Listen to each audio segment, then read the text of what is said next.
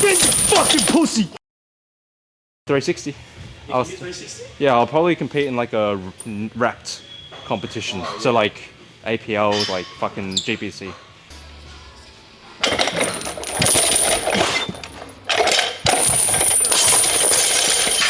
Fuck you.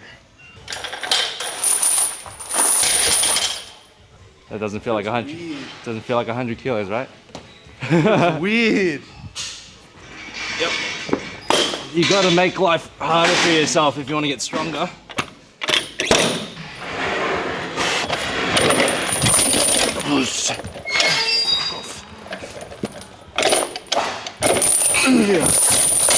These headphones, bro. Terrible. Yep. Easy. Power through this shit.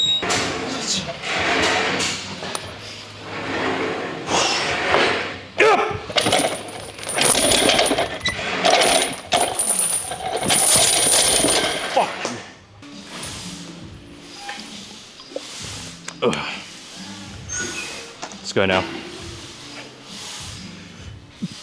Focus here.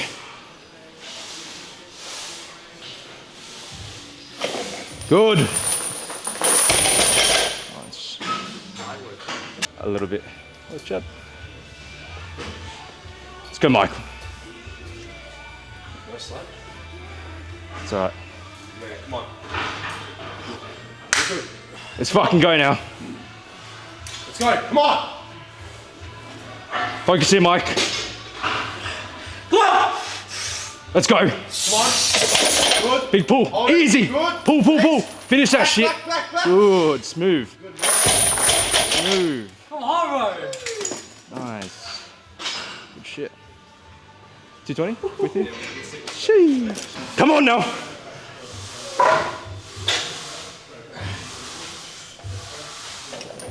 Pull that shit. Easy. Easy. Nothing.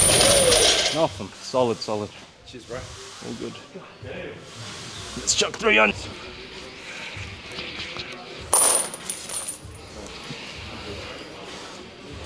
Fuck! Let's go, boy. This is fucking light, pussy. Come on. With speed! Fuck you!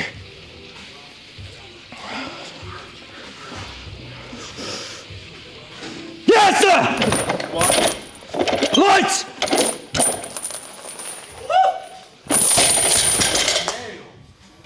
Let's focus. Come on! Let's pull. Pull that shit. Good, good, good. Stick with it. Back. Yes. Yes, stick with it, mate. Back. Finish that. Back. Yes! Nice, brother. I'm inspired now. Sheesh. Let's pull that shit.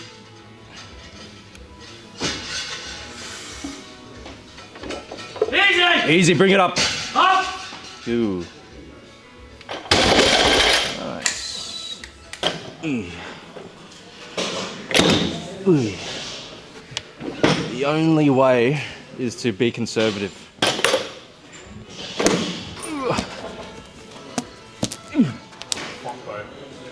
That worked.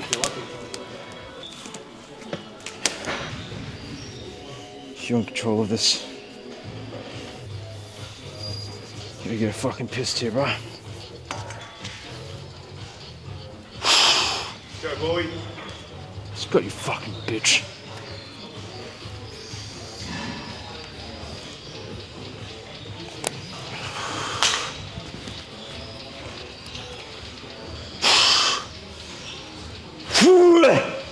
Come on, boy. This is light.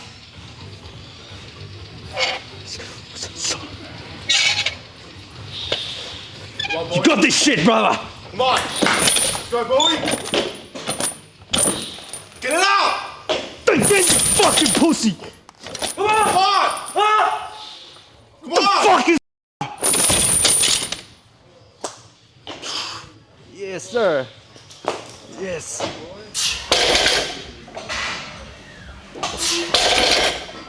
Good. Yep.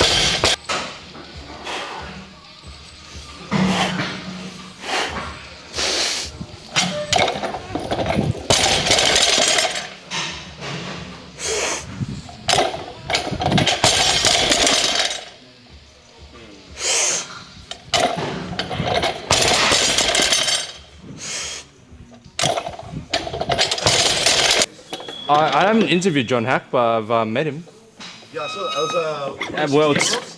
Yeah, he's a super nice guy. Yeah. I love John. I've heard a lot of people say a lot of nice things about him. Oh, bro, he's like the GOAT personality for the GOAT. Honestly, squished, right? It's tight. You want it to hold your shit together. I keep it low because one, I remember when I started deadlifting, I got like sciatic pain. Like the, Right where the pelvis connects to the lower back. yeah, yeah. Right?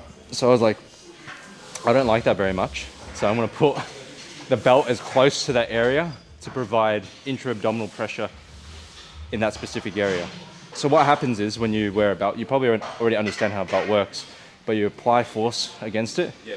and it gets stiff throughout the entire thing. But the variance there is pretty constant every time you train, right? If you train beltless, you're at the mercy of your recovery, essentially, right?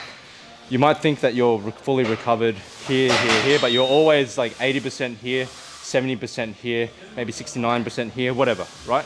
Yeah. And what happens is when you tighten those muscles, it's gonna make sure that the column, which is your spine, doesn't shift around, right? It provides compression on that area.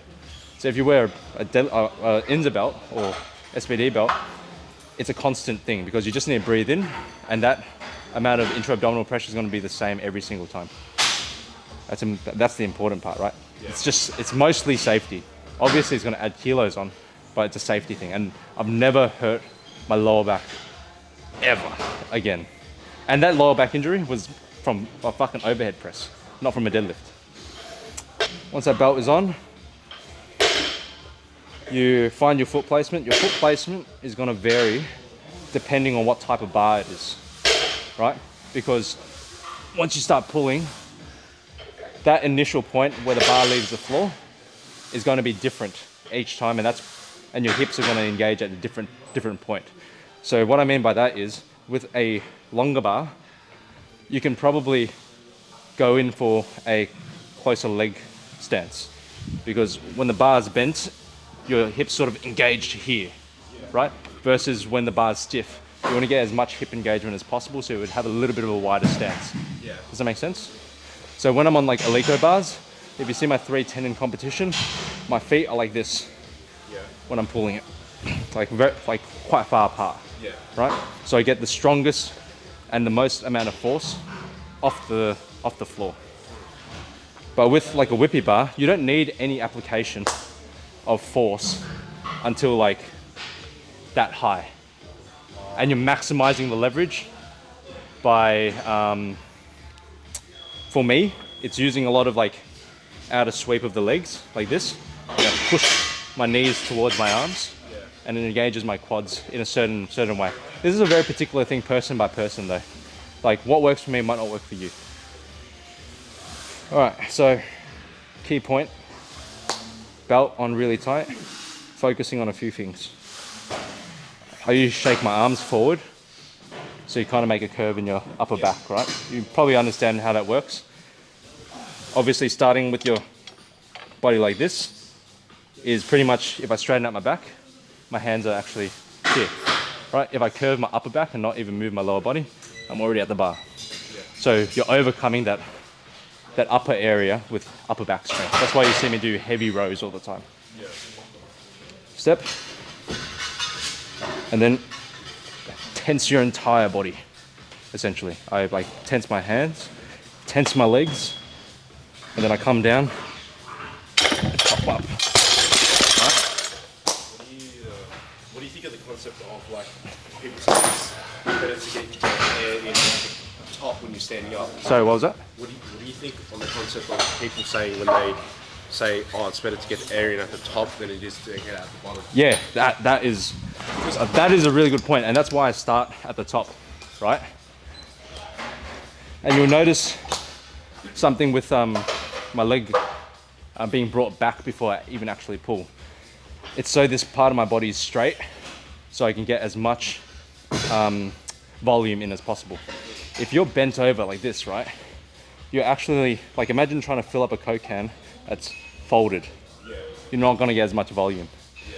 So when you're up straight like this, embracing that belt, you're tightening your legs up, you're making sure your arm's in the right position, and then you come down. It's almost like you're coiling yourself up like a spring, making everything hard and pushing yourself down and popping out of it. That's the concept. You see Larry Wills do it. You see John Hack do it. Mostly guys who have that a certain build. Some other guys, like Steffi Cohen's ex-boyfriend, his name's, I can't remember his fucking name, but some people need to kind of get in position at the bottom. Yeah. So it doesn't work for everybody. And I learned this very early on, trying to apply it to different lifters. Yes. Yeah. I can't start here. Yes. Something to focus on, right? When you're getting that intra-abdominal pressure at the bottom with the wraps, you obviously can't get as tight like this, right? So that's why I bring my leg back like this. It imitates standing up. So I brace, and then I come in and maybe get one more sip of air, and I push off. All right, let's get this tight.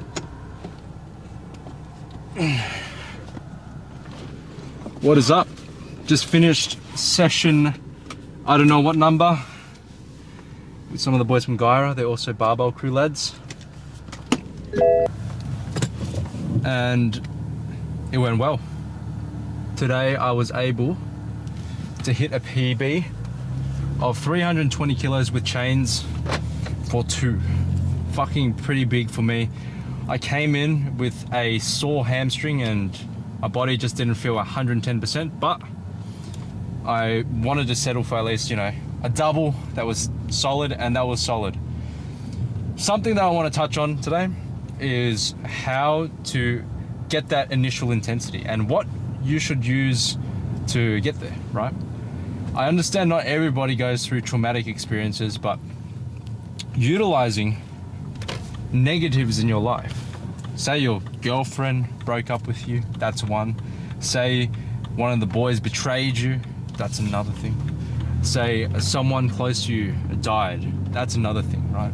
That emotional turmoil that you have in your life can either make or break you. You either choose the ball or the sword, right? When you choose the path of destruction and do drugs, do things for instant gratification, do things that are absolutely not going to benefit you in the long run, you waste that opportunity to really apply a power that you will never get again, right? Those who choose to improve themselves and apply that emotion, turning it into a positive experience, unlock a new level which they can tap into at any point in time, right? You have a level of, say, 0 to 10 intensity in your entire life. Your baseline intensity level, say if you've never had that emotional turmoil, might be 6 out of 10. And that's all you have access to because you don't understand what 8 or 9 or even 10 feels like. And once you have trained yourself to unlock that intensity, potentially utilizing your memories that brought you there to begin with, you will eventually understand how to unlock it without inviting that into your mind, right? You can just understand that this is the level I need to get to, and I will apply myself accordingly. Everybody will go through something in their life, and they will choose one thing over the other. Choose to apply yourself and push harder than anyone has before. I don't know any strong person, crossing this road, has gone through and become the best by just having a normal mentality. So push your fucking limitations and understand when the opportunity is right in front of you. Be strong, be notorious, be Barbell Crew. Peace, guys.